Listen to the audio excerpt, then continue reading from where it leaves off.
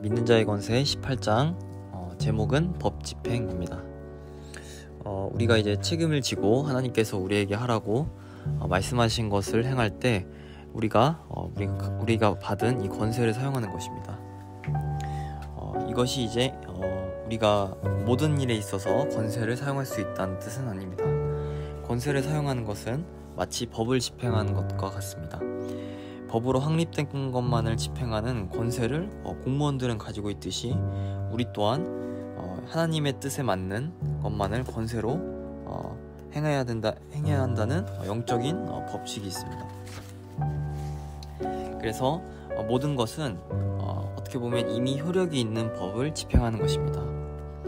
하나님께서 우리가 욕망하는 것을 주시겠다고 약속하신 법은 없기 때문에 우리가 하나님의 능력을 자기 자신을 위하여 이기적인 방법으로 사용할 수 없습니다. 그 대신 우리는 하나님 나라의 법이 무엇인지를 알고 우리의 권세가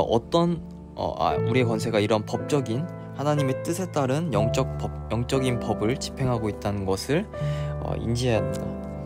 또 우리에게는 영적 전쟁 중에 있기 때문에 우리 하나님께서 나에게 주실 풍성한 공급을 방해하려는 사단들도 있음을 계속 인지해야 합니다.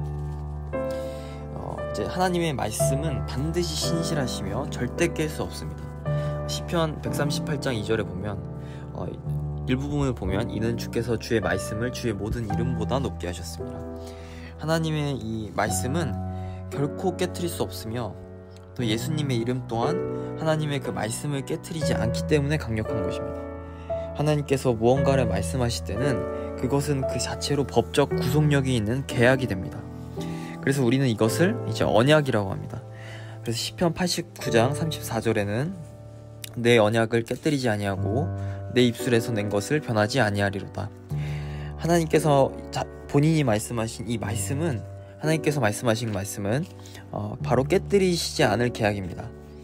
우리가 이 창조된 이 창조 세상 또한 하나님의 이 말씀의 신실하심과 능력으로 지금까지 붙들려 있습니다. 만약에 하나님께서 이 신실하신 언약이 없다면 이미 이 세상은 깨뜨려졌고 소멸되고 파괴되었을 것입니다. 그러니 하나님께서는 지금은 이렇게 일하시고 다음에는 이렇게 일하지 않으실 분이 아니십니다. 계속해서 일관성 있게 신실하게 하나님의 언약 그 말씀대로 일하실 분이십니다. 그래서 또 이제 이 믿음의 법이라는 비유로 이 저자는 또 법을 집행하는 공무원들이 법을 넘어설 수 없기 때문에 법에 관하여 알아야 하듯이 영적인 영역에서도 하나님의 뜻에 거르는 권세는 사용할 수 없으므로 하나님의 뜻을 알아야만 하나님께서 다스리는 이 하나님 나라의 법을 알아야만 권세를 사용할 수 있다고 합니다. 그래서 로마서 3장 27절에 그런즉 자랑할 데가 어디냐 있을 수가 없느니라 무슨 법으로냐 행위로냐 아니라 오직 믿음의 법이로다. 여기서 말하는 이 믿음의 법이 바로 하나님의 뜻에 따라 권세를 이용해야 되는 이 믿음의 법입니다. 법칙은 항상 지속적이고 보편적인 이중성을 가지고 있습니다. 비유로 비행기가 추락을 했을 때 비행기의 추락 사유로 중력의 양이 변화해서 라는 추측은 절대 하지 않습니다. 왜냐하면 중력은 일관성이 있는 법칙이기 때문입니다. 우리의 사고방식 중에 만일 하나님께서 일관되지 않으시다는 잘못된 신념이 있을 경우 이것은 반드시 깨뜨려야 합니다. 하나님은 그렇지 않으시며 하나님의 나라는 그렇게 움직이지 않습니다. 질서는 절대 혼돈으로부터 오지 않습니다. 우리가 이제 빅뱅 이론이라 하면 이 세상의 창조가 혼돈으로부터 점점점 질서가 성립됐다 하지만 절대 그렇지 않습니다. 하나님께서는 질서 정연한 창조 원리로 영적인 원리로 하나님의 말씀으로 창조하셨습니다. 하나님은 절대 스스로 일관성이 있으시며 우리는 예측할 수 있습니다. 하나님의 영적 법칙들이 무엇인지 찾아야 하는 것은 우리의 의무이며 그것에 따라 그 법에 따라 우리가 권세를 취하는 것 또한 우리의 의무입니다. 그러므로 이 하나님의 말씀에 대해 무지하다면 사단이 우리의 그런 무지함을 이용해 우리의 권세를 드러내지 못하도록 방해할 것입니다. 그래서 하나님께서 우리에게 주어진 것, 주신 것을 모르면 우리는 절대 풍성한 삶을 살 수 없습니다. 하나님께서 우리에게 주신 풍성한 삶을 알기 위해서는 하나님의 말씀을 반드시 알아야 됩니다. 그래서 결과적으로 우리가 하나님의 말씀을 알면 예수님께서 제공해 주시기 위해 십자가 위에서 죽으셨던 많은 구원의 유익들을 누릴 수 있는 것입니다.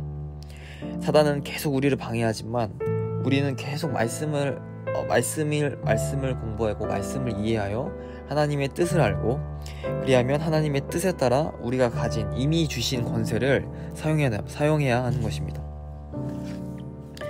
그래서 이제 또 여러 이제 본인의 저자의 간증을 얘기하는데요. 이때 이제 한 여성이 한 자매가 이제 하나님께서 치유를 하실 수 있다는 것을 믿었지만 치유가 하나님께서 이미 십자가에서 이루어 놓으신 법이라는 것을 믿지 않아 치유가 되지 않았음을 얘기하고 있습니다.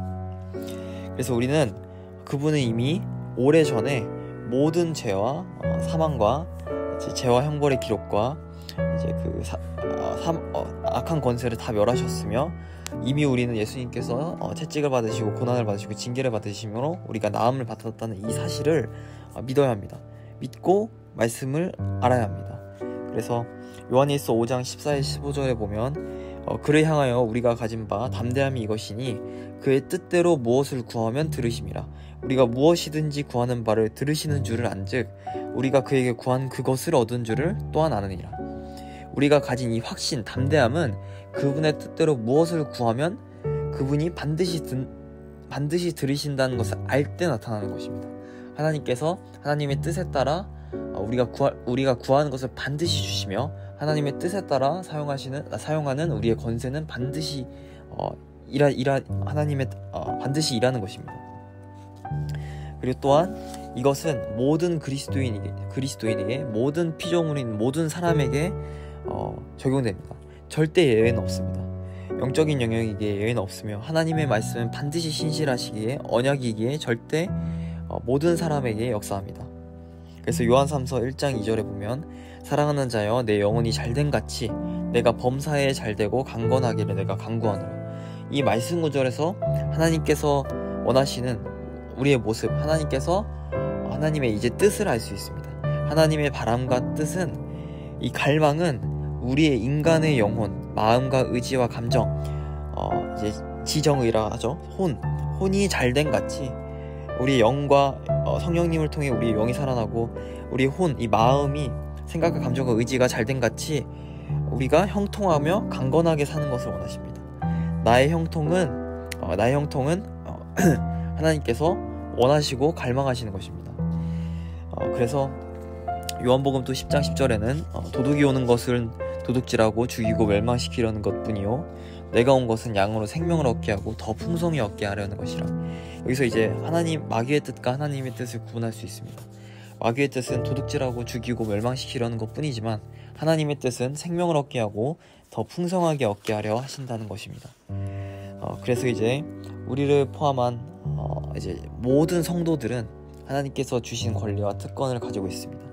하나님께서 우리를 위해 예수님의 뜻, 하나님의 뜻을 예수님을 통해서 세우셨지만 그분이 우리를 위해 이뤄놓으신 것들을 요구하고 사용하는 것은 우리의 책임입니다. 그러므로 이제 결국 요약하면 이번 장에서는 하나님께서 주신 이 모든 것, 권세와 회복은 하나님의 뜻에 따라 일할 때 나타나는 것이며 하나님 나라에는 이기적으로 움직이는 영적 법칙들이 존재하지 않음을 이 저자는 얘기하고 있습니다.